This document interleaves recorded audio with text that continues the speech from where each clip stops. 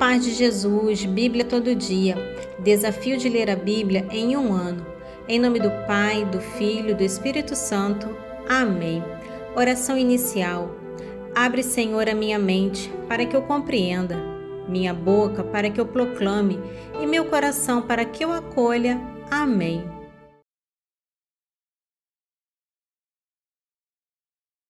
Esse trecho final de Esdras 6 descreve o cumprimento do decreto de Dário e a subsequente conclusão bem-sucedida da Casa de Deus em Jerusalém.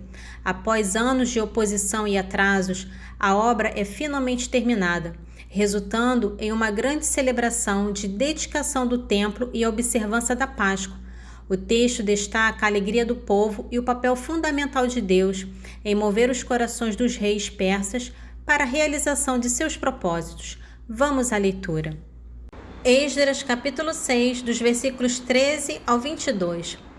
Assim Tatanai, governador da outra margem do rio, Setar-Buzanai e seus colegas, conformaram-se fielmente à ordem enviada pelo rei Dário.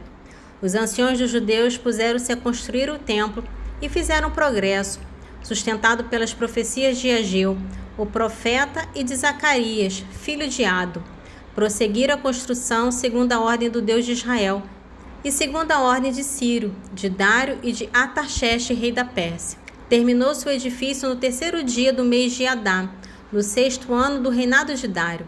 Os israelitas, os sacerdotes, os levitas e os demais repatriados celebraram com júbilo a dedicação dessa casa de Deus. Ofereceram por ocasião dessa dedicação 100 touros, 200 carneiros, 1.400 cordeiros e 12 bodes como vítimas pelos pecados de todo Israel, segundo o número das tribos de Israel. Estabeleceram os sacerdotes segundo as suas classes e os levitas segundo as suas divisões, para celebrar o culto de Deus em Jerusalém, de conformidade com as prescrições do livro de Moisés. Os repatriados celebraram a Páscoa no dia 14 do primeiro mês. Os sacerdotes e os levitas, sem exceção, tinham se purificado, todos estavam puros, e imolaram a Páscoa por todos os repatriados, pelos seus irmãos, os sacerdotes e por si mesmo. Os filhos de Israel que tinham voltado do cativeiro comeram a sua Páscoa, bem como todos aqueles que tinham rompido com as práticas impuras dos povos da região, e se haviam unido a eles para buscar o Senhor, Deus de Israel. Celebraram com júbilo durante 7 dias a festa dos ázimos, porque o Senhor os havia consolado, fazendo com que o coração do rei da Assíria se inclinasse em favor deles, para confortá-los no trabalho de reconstrução da casa do Deus de Israel. Em Esdras capítulo 7, marca uma nova fase na história da restauração de Israel após o exílio, com a introdução da figura central do livro, Esdras, o escriba e sacerdote. Este capítulo descreve sua linhagem, sua profunda dedicação à lei de Deus, a autorização que ele recebe do rei Atarxeste para ir a Jerusalém e a generosidade do rei em apoiar a restauração do culto e a implementação da lei entre os judeus.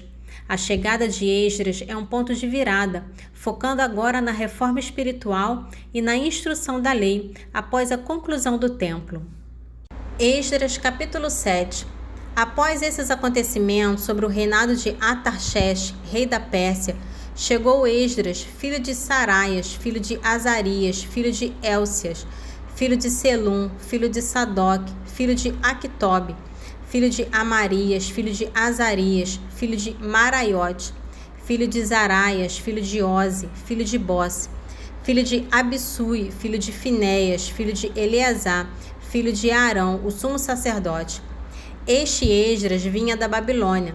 Era um escriba versado na lei de Moisés, dada pelo Senhor, Deus de Israel. Como a mão do Senhor seu Deus repousasse sobre ele, o rei concedeu-lhe tudo o que pediu. Com ele, vários israelitas, sacerdotes e levitas, cantores, porteiros e natineus, voltaram para Jerusalém no 7º ano do rei Atarxeste. Chegou Esdras a Jerusalém no 5º mês do 7º ano do rei. Foi no primeiro dia do primeiro mês que ele partiu da Babilônia e chegou a Jerusalém, no primeiro dia do 5º mês, porque a mão benevolente de seu Deus estava com ele. Esdras se tinha aplicado de todo o coração a estudar a lei do Senhor, a praticá-lo e ensinar em Israel as leis e as prescrições. Eis a cópia da carta que o rei Atarxerxes entregou a Esdras, sacerdote e escriba, versado no conhecimento do texto da lei do Senhor e de suas prescrições concernentes a Israel. Atarxerxes, rei dos reis, a Esdras, sacerdote e escriba, versado na lei do Deus do céu, saudações. Dei ordem para que deixasse partir contigo todos aqueles do povo de Israel, seus sacerdotes e seus levitas, residentes em meu reino, que desejassem ir a Jerusalém, pois fostes enviado pelo rei e seus 7 conselheiros para fazer uma inspeção em Judá e em Jerusalém, e para ver como está sendo observada ali a lei de teu Deus, que tens em tuas mãos. Levarás a prata e o ouro que o rei e seus conselheiros ofereceram espontaneamente ao Deus de Israel, cuja morada fica em Jerusalém, bem como todo o ouro e a prata que encontraste por toda a província da Babilônia, e por fim os dons voluntários que o povo e os sacerdotes ofereceram livremente para a casa de seu Deus em Jerusalém. Por conseguinte, cuidarás de comprar com esse dinheiro novilhos, carneiros, cordeiros, bem como as oferendas e as libações, e as oferecerás em Jerusalém, no altar da casa de vosso Deus. Com o restante do dinheiro e do ouro, fareis o que parecer melhor a ti e aos teus irmãos, em conformidade com a vontade de vosso Deus. Os utensílios que te forem entregue para o serviço da casa de teu Deus, tu os depositarás diante do Deus de Jerusalém. Quanto às outras despesas que deverás fazer para o templo de teu Deus, tu as providenciarás por meio dos recursos que o tesouro real te fornecerá. Ademais, eu, rei Atarxerxes, ordeno a todos os tesoureiros de além do rio que entregue pontualmente a Esdras, o sacerdote, escriba, versado na lei do Deus do céu, tudo o que ele solicitar, até a quantia de 100 talentos de prata, 100 coros de trigo, até 100 batos de vinho, 100 batos de azeite e sal à vontade. Tudo que prescreveu o Deus do céu para sua casa seja fielmente observado, a fim de que a cólera divina não se desencadeie contra o reino, o rei e seus filhos. Por fim, notificamo-vos de que não se deverá lançar impostos algum, nem tributo, nem encargos sobre qualquer dos sacerdotes, levitas, cantores, porteiros, natineus e servos dessa casa de Deus.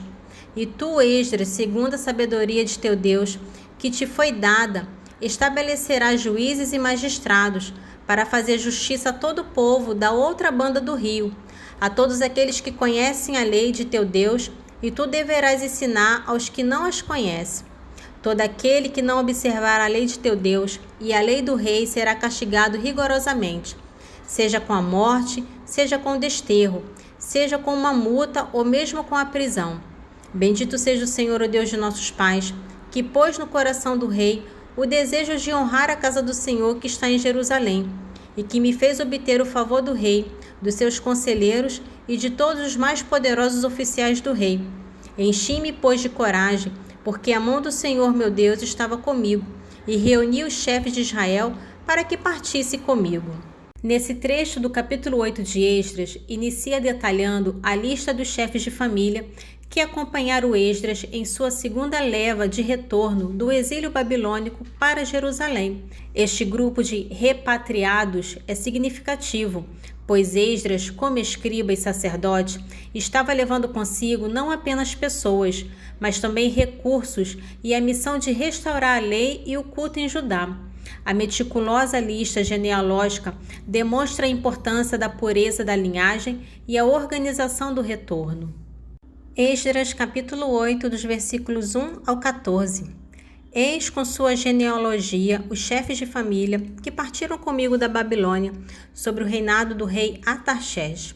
Dos filhos de Finéias, Gerson; dos filhos de Itamar, Daniel; dos filhos de Davi, Atús, que descendia de Sequenias; dos filhos de Faros, Zacarias, e com ele 150 homens inscritos no registro da família. Dos filhos de Faate Moabe, Elionai, filho de Zaraias, e com ele 200 homens. Dos filhos de Zetua, Sequenias, filho de Jaizel, e com ele 300 homens. Dos filhos de Adim, Abed, filhos de Jonatas, e com ele 50 homens. Dos filhos de Elam, Isaías, filho de Atalia, e com ele 70 homens. 8 dos filhos de Safatias, Zebedias, filho de Miguel, e com ele 80 homens. Dos filhos de Joabe, Abidias, filho de Jaiel, e com ele 218 homens. Dos filhos de Bani, Salomite, filho de Josfias, e com ele 170 homens.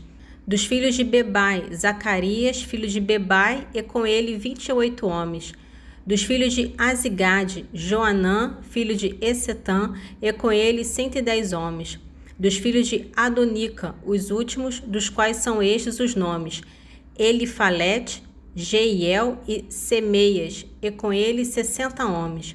Dos filhos de Begai, Utai, filho de Zacu, e com ele 70 homens.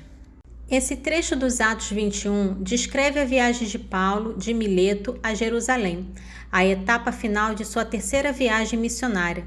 É uma jornada marcada por várias paradas e despedidas emocionantes, mas acima de tudo, por advertências proféticas repetidas sobre os sofrimentos que o aguardam em Jerusalém. Apesar de todas as previsões e súplicas dos irmãos, Paulo demonstra uma determinação inabalável em cumprir sua missão, movido pelo Espírito Santo e disposto a tudo por causa do nome de Jesus. Atos dos Apóstolos, capítulo 21, dos versículos 1 ao 17. Depois de nos separarmos dele, embarcamos e fomos em direção a Cós, e no dia seguinte a Rodes e dali a Pátara. Encontramos aí um navio que ia partir para a Fenícia. Entramos e seguimos viagem. Quando estávamos à vista de Chipre, deixando à esquerda, continuamos rumo à Síria e aportamos em Tiro, onde o navio devia ser descarregado. Como achássemos uns discípulos, detivemo-nos com eles por 7 dias. Eles, sob a inspiração do Espírito, aconselhavam Paulo que não subisse a Jerusalém. Mas passados que foram esses dias, partimos e seguimos a nossa viagem. Todos eles, com suas mulheres e filhos, acompanharam-nos até fora da cidade. Ajoelhados na praia, fizemos a nossa oração. Despedimos-nos então e embarcamos, enquanto eles voltaram para suas casas. Navegando, fomos de Tiro a Ptolemedaia, onde saudamos os irmãos, passando um dia com eles.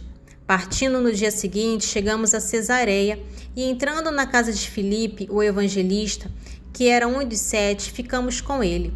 Tinha 4 filhas virgens que profetizavam. Já estávamos aí fazia alguns dias, quando chegou da Judéia um profeta chamado Ágabo. Veio ter conosco, tomou o cinto de Paulo e, amarrando-se com ele, pés e mãos, disse: Isto diz o Espírito Santo. Assim os judeus em Jerusalém ligarão o homem a quem pertence este cinto e o entregarão às mãos dos pagãos. A essas palavras, nós, os fiéis que eram daquele lugar, rogamo-lhes que não subisse a Jerusalém. Paulo, porém, respondeu: Por que chorais e me magoais o coração? Pois eu estou pronto não só a ser preso, mas também a morrer em Jerusalém, pelo nome do Senhor Jesus. Como não pudéssemos persuadi-lo, desistimos, dizendo: Faça-se a vontade do Senhor. Depois desses dias terminados os preparativos, subimos a Jerusalém. Foram também conosco alguns dos discípulos de Cesareia, que nos levaram à casa de Menasson, de Chipre, um antigo discípulo em cuja casa nós deveríamos hospedar Paulo em Jerusalém. À nossa chegada em Jerusalém, os irmãos nos receberam com alegria.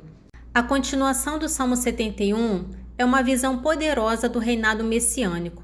O Messias é um libertador e protetor dos pobres, dos necessitados e dos oprimidos, valorizando a vida de cada um. Seu reino será marcado por grande prosperidade, com fartura de alimentos e crescimento populacional. A doxologia final reafirma que todas as maravilhas e a glória do reinado vêm de Deus, o verdadeiro soberano, cujo nome glorioso deve encher toda a terra. Este salmo é um dos mais ricos em teologia messiânica no Antigo Testamento, apontando para o reinado de Jesus Cristo, que encarnou perfeitamente essas características de justiça, compaixão e domínio universal. Salmo 71, dos versículos 12 ao 20. Porque ele livrará o infeliz que o invoca, e o miserável que não tem amparo. Ele se apiedará do pobre e do indigente e salvará a vida dos necessitados. Ele o livrará da injustiça e da opressão, e preciosa será a sua vida ante seus olhos. Assim ele viverá e o ouro da Arábia lhe será ofertado. Por ele hão de rezar sempre e o bendirão perpetuamente. Haverá na terra fartura de trigo. Suas espigas ondularão no cume das colinas como as ramagens do Líbano, e o povo das cidades florescerá como as ervas dos campos. Seu nome será eternamente bendito, e durará tanto quanto a luz do sol. Nele serão abençoadas todas as tribos da terra. Bem-aventurado proclamarão todas as nações. Bendito seja o Senhor Deus de Israel, que só Ele faz maravilhas. Bendito seja eternamente seu nome glorioso, e que toda a terra se encha de sua glória. Amém, amém. Esse trecho do livro de sabedoria continua aprofundando o tema da justiça e misericórdia divina, iniciado no capítulo anterior. O autor se volta para o exemplo dos cananeus, os habitantes da terra prometida, antes da chegada de Israel. Ele explica por que Deus não os aniquilou de imediato, mas os puniu gradualmente, demonstrando sua bondade inata e seu desejo de que se arrependessem. A passagem revela a paciência de Deus mesmo diante de pecados graves e a razão por trás de seus juízos que buscam a correção e não a destruição total. Sabedoria, capítulo 12, dos versículos 1 ao 7. Vosso espírito incorruptível está em todos. É por isso que castigais com brandura aqueles que caem, e os advertis mostrando-lhes em que pecam, a fim de que rejeitem sua malícia e creiam em vós, Senhor. Foi assim que se deu com os antigos habitantes da Terra Santa. Tinhas horror deles por causa de suas obras detestáveis, sua magia e seus ritos ímpios, seus cruéis morticínios de crianças, seus festins de entranhas, carne humana e sangue, suas iniciações nos mistérios orgíacos e os crimes de paz contra seres indefesos, e resolvestes aniquilá-los pela mão de nossos pais, para que esta terra, que estimais entre todas, recebesse uma digna colônia de filhos de Deus. Oração final. Senhor, te louvo e agradeço, porque deixastes tua palavra viva no meio de nós. Que as tuas palavras fiquem guardadas em meu coração e que eu seja testemunha viva do vosso Evangelho. Amém. Em nome do Pai, do Filho e do Espírito Santo. Amém.